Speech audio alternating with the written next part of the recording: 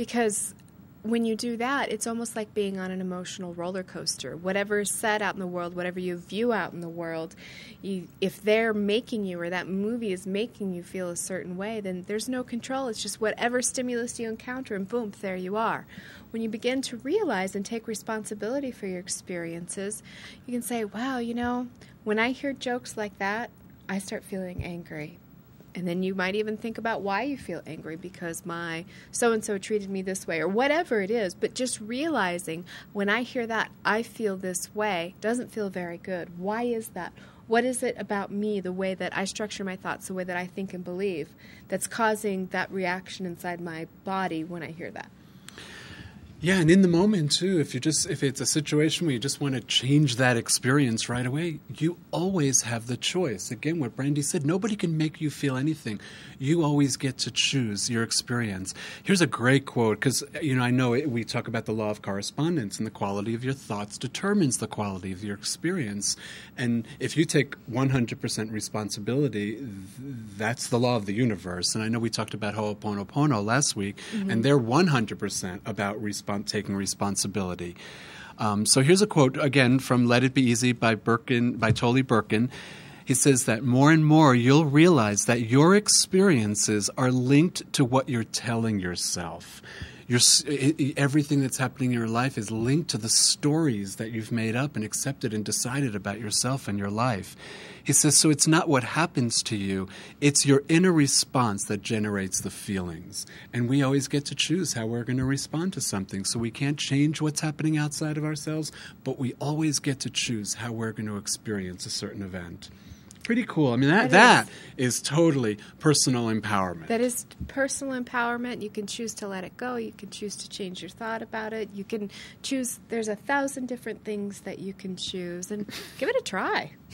Check it out sometime when you feel activated, as we call it, meaning not in your calm, peaceful, serene, or happy self. Just give it a try. That's right. Because tune into your internal thoughts and dialogue. What they say in Ho'oponopono, I have like a little bit of we wrote last week. Whatever appears in your life, no matter how it got there, it's up for healing simply because it's on your radar, because it's on your screen. So if it's a part of your life, if it shows up for you, take responsibility for it. And as we said in Ho'oponopono, just clean it and purify your thoughts. And have a new experience. And when you start taking responsibility for your experiences, life becomes easier, because now you're not on the whim of whoever or whatever happens in your path. You take responsibility. Okay, I'm reacting this way. I'm going to do something about it. Or I'm just really going to feel these emotions right now. I'm going to be as angry as I want to be. That's completely valid as well. If that's what you want to do, and if that's what you need at that time, anger is not a bad thing. Sadness is not a bad thing. It's part of our human makeup, just like anything else. Sometimes you just got to roll through the emotion, figure out what you need to learn from it, and move on. As Joni Mitchell used to say, or probably still does, laughing and crying, it's all the same release. Yes. I love that. Yeah. So great. So let's move on to, this is one of my favorite things, adding good feelings to your life. Just adding good feelings to your life every day on a daily basis. Your life will be so much more interesting and so much more fulfilling if you just start adding really fun things. Brandy and I have talked about a bunch of stuff on the show. We've done some great clips of just people really having a good time with our friends Che and Annie in New York doing that fun little thing outside with that big group of people. We had the inspired people going around the world, Matt doing his little jig all over the place. So just create things that are inspiring and feel really good to you. And it could be anything that creates endorphins. We have that natural endorphin system to really feel good. So go for a walk, go for a hike, do something. Sing in your car. Yeah, sing. Dance in your, whatever it is. Dance. I went online. Do the jig. I went online, and my friend Jen thought I was absolutely crazy, but I couldn't find a baton in Albuquerque, so I bought a baton, and I stand in my backyard and twirl a baton, something I used to do when I was a little girl that I hadn't done probably for 25 years. And I'm so excited when I get my baton out and give it a little twirl. I know, I saw you. It was in your trunk one day or something, and I was playing with I was trying to baton. It's not as easy as it looks, I'll tell you that much. Yeah, so and some people, I know one thing I always think about when I'm looking for the next thing that feels good, a good feeling, is I always just ask myself, what can I think about right now that feels better than this? Or what can I do that's even more fun than this? And I've got that from watching kids just running around from one thing to the next. So, okay, I'm done with this. What can I do that's more fun than this? So I figured, you know what, I got that Peter Pan syndrome, and I'm never growing up. So I went right back to that. Like, what can I do right now that it's even more fun than this? And just change the experience until it feels really good. And I know some people get pretty extreme about what they do to have a good time and to get those good feelings. So I'm happy with dancing in my car, twirling a baton, but there's some folks out there that do some... Want to jump off some cliffs of thousands of feet high in a little wingsuit? You guys got to see this. So you want to go ahead and show that clip? Yeah, what do you think? And should we show our clip right after that? Yeah, we're going to show you a really extreme clip of what some people need to do to get that big adrenaline rush. And boy, I wish I was one of those people. I'm going to get one of those suits one of these days and do that. It just scares the living daylights out of me, which is one of the reasons why I want to do it. But then we also, Brandy and I created this great clip. We're planning on going network, doing a network show, so we're sending a clip to some producers in Hollywood, and we pulled out some of the parts of the clip that are pretty fun and good feelings, so enjoy it. All right, here we go.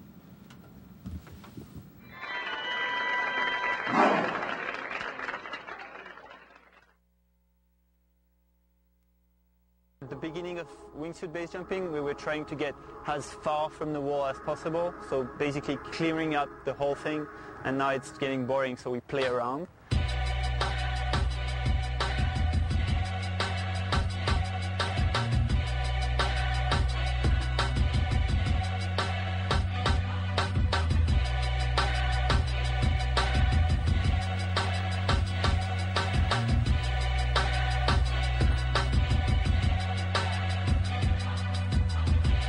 I'll never forget that. I'll never forget seeing these guys that I've been watching in the base jumping movies, doing it in person, just buzzing the walls, like scraping their fingernails just about on ledges at 100 miles an hour. How close to the road do you think you'll get? But here, hopefully.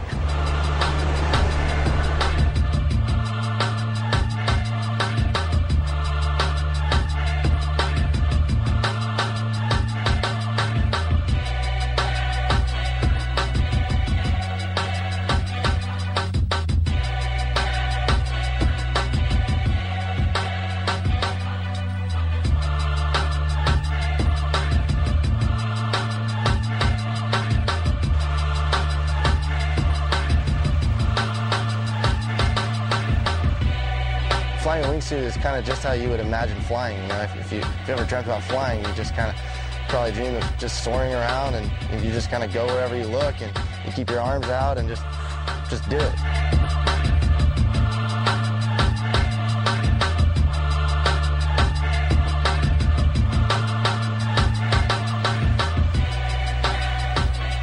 Probably one of the most impressive things on the trip was just seeing Espen fly that close to the ground, buzzing the road.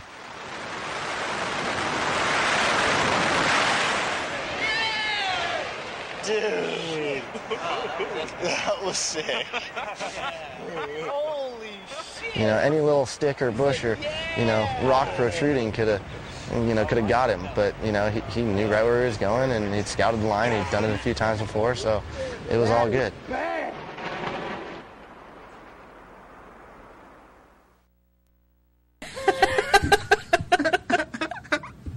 Doing a whole show on how it came about. That's exactly how it came about. It was the passion. It was the passion. So our brains, everybody's got a brain. We all have the, I would hope. You think? But then. I get really excited. I'm ready to He calls it Mitchisms. Mitchisms. Yeah. Right. Dancing around, all of a sudden he does that little thing. Mm-hmm. That's changed memory. Or two. Think about something else.